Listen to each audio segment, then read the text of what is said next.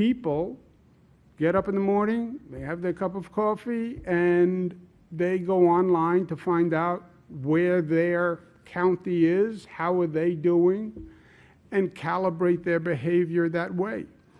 The state has developed a very elaborate dashboard of relevant local information. They told me they were designing a dashboard. I got very excited about it. I sent them a picture of what I think is one of the really iconic dashboards, 1967 Corvette, arguably the most beautiful dashboard. I said they should consider that design when they were doing a state dashboard. They came back with this design. It's a New York State dashboard.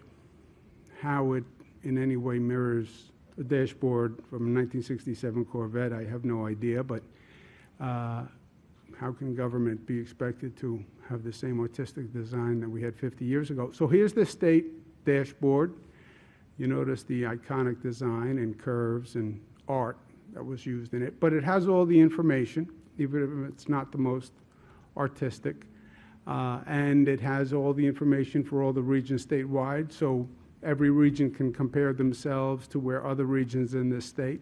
Right now, by the criteria that we have, which is basically from the federal CDC, we have certain regions that are poised to reopen tomorrow, other regions where the numbers do not suggest they're in a position to reopen. And this is all based on the metrics and the numbers. How many hospitalizations do you have? Are the cases going up? Are they going down? Do you have your testing in place? Do you have your tracing in place? And obviously, we have different rates of infection across the state, hence the variance in opening times. A big responsibility is now going to fall to local government to manage this situation. My advice to local governments are, in terms of priority, daily monitoring of numbers. Daily monitoring of numbers and daily monitoring of numbers are the first three priorities, right? Know the facts, know what you're dealing with, you know what activities you engaged, you know how you increase the level of activity. We're measuring the effect of that activity. Make sure you monitor it every morning. Make sure the businesses that open are in compliance with the guidelines that are opening. Make sure individuals comply. You know, you're going to say it's a reopening. People are going to say hallelujah, run out of their house. They're going to want to get out. They're going to want to do things. Reopening, phased reopening does not mean the problem has gone away. It means we have controlled the problem because of what we did and because of our individual responsibility and individual actions, and that has to be maintained. And I would urge local governments to be diligent about the business compliance and about individual compliance. And then if you see a change in those numbers, react immediately. React immediately. If you allow this virus to get ahead of us, we will have a problem. So we'll have the data, react immediately.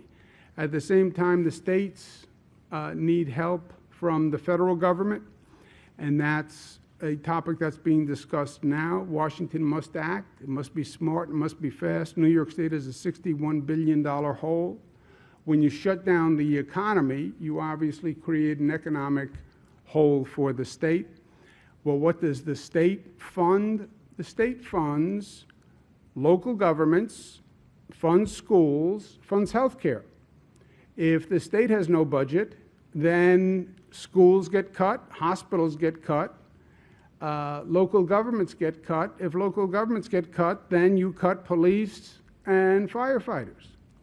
Why would you ever want to cut essential frontline personnel at this time? Makes no sense. Washington has already acted. They've done a lot of business incentives. Great. But we need our healthcare institutions, we need our schools, we need our police and firefighters funded. I spoke with President Trump this morning. We spoke again about the state funding issues. He heard me out. I've also asked him to expedite certain payments. And he's expediting a $3.9 billion payment to the MTA, which is a very large transportation agency in the state, which desperately needs funding because the ridership is way down. And the president cut red tape and actually sent the first installment today. So I'm grateful for that, and I thank him.